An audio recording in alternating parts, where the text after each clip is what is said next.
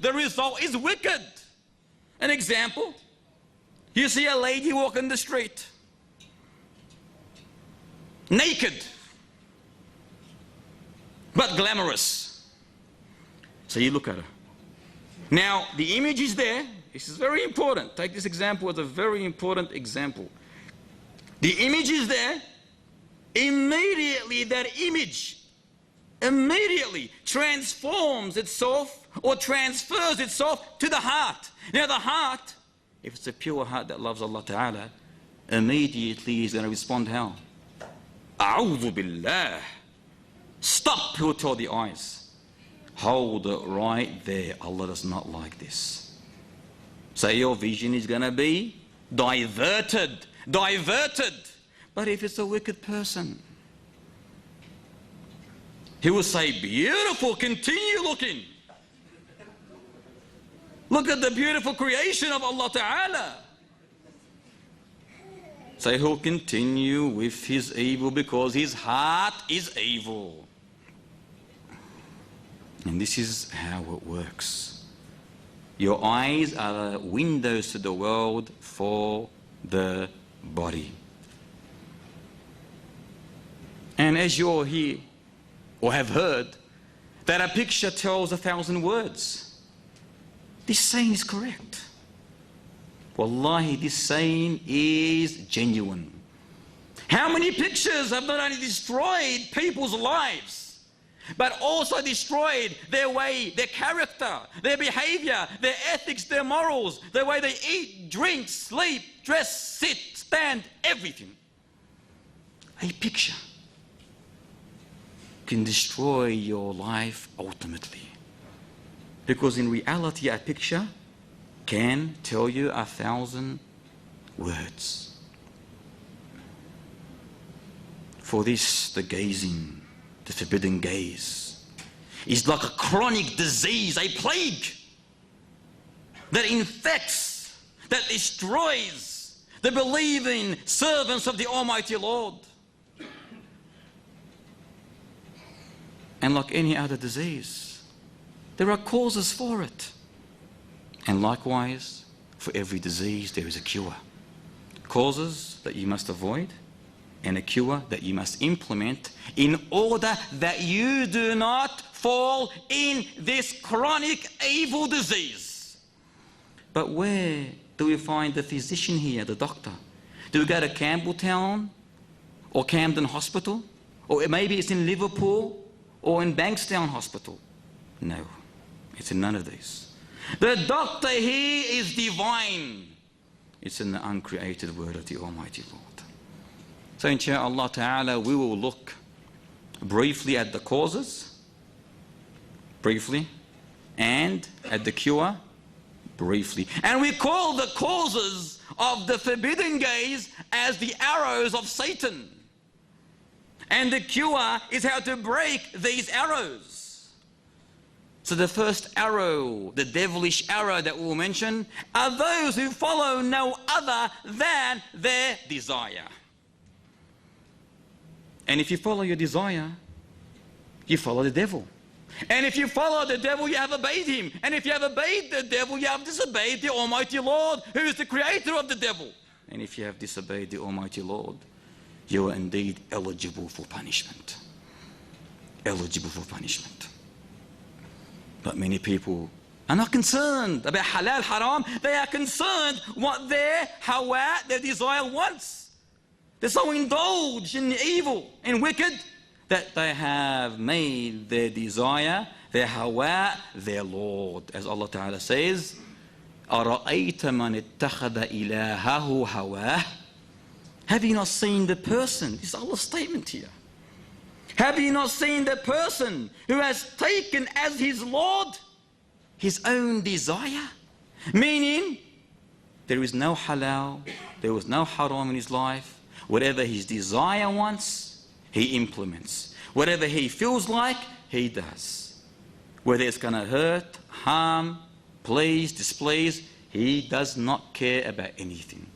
One thing he cares about is pleasing his desire. In reality, he is worshipping who? The Subhi? Who is he worshipping? This person who takes his desire as his Lord. He is worshipping the devil. How can someone worship a two-horned, ugly, filthy, abominated creature like Satan? Allah musta'an. Allah musta'an. Isn't it filthy? He's filthy and he is filthy. They're both filthy, these people. A second arrow of Iblis is watching TV, movies, looking in the magazine or newspaper, or going on the net where women excessively expose their beauty, or existing in locations where there is large gathering of men and women mingling. And how true was the lyric of the Arab poet when he said, they throw him into the ocean with his hands tied up. Listen to this carefully. They throw him into the ocean with his hands tied up, and then they threaten him, do not get wet. How is he not going to get wet? The example means that you enter these places, you go to these places, the malls, the supercenters, you go on the net with the ladies and so forth, you go into an X-rated magazine or video, and then you say, oh, I don't want to get affected. That's illogical, irrational. Why enter it in the first place? Many men spend a lot of times on roads, in shops, or the shopping complex, or the mall, or the beaches, or on TV, or movies, or in the cinema, or on the net, one of the most evil creatures on earth, the net, which is the devil itself, that's why I call it creature. Doing what? Gazing at the forbidden gaze. Flirting, talking, looking, chatting, as though there is nothing wrong. As though there is nothing wrong. It's all easy. This is nothing but a poison arrow from Iblis. As our beloved Prophet ﷺ said, in a narration compiled by Sulaiman ibn al-Ash'ath Abu Dawood, on the authority of Abdullah ibn Mas'ud radiyallahu ta'ala anhu, that Muhammad ﷺ said, the look is one of the poison arrows of Iblis. Whoever lowers his gaze for the sake of Allah, Allah will put in his heart sweetness to the day of resurrection. How beautiful is this narration? But have we understood this narration? Before we look, have we reflected upon this beautiful, golden advice? Wallahi, whoever has reflected and pondered and thus acknowledged and implemented, you will see yourself so faithful that no one can ever, ever break you. Just take this advice from our greatest teacher sallallahu alaihi wasallam. When you see a lady on the street or anywhere, avoid that gaze, the forbidden gaze, and wallahi, if you do it for the sake of Allah, not for the sake of your wife, she may be looking, or the sake of your father or mother, they may be looking, but for the sake of the creator of your wife and the mother and father and the creator of you, and Allah will place that beauty in your heart. He will place that sweetness in your heart. Especially when the companions asked Muhammad sallallahu alayhi wa sallam, Ya Rasulullah, what do we do when we're on the roads? You know, there are people there.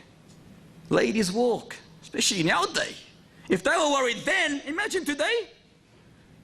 They were worried then about gazing, the forbidden gaze. And they were dressed up those days. And they still asked, and they were scared. Ya Rasulullah, what are the rights of the road? They asked him. And here we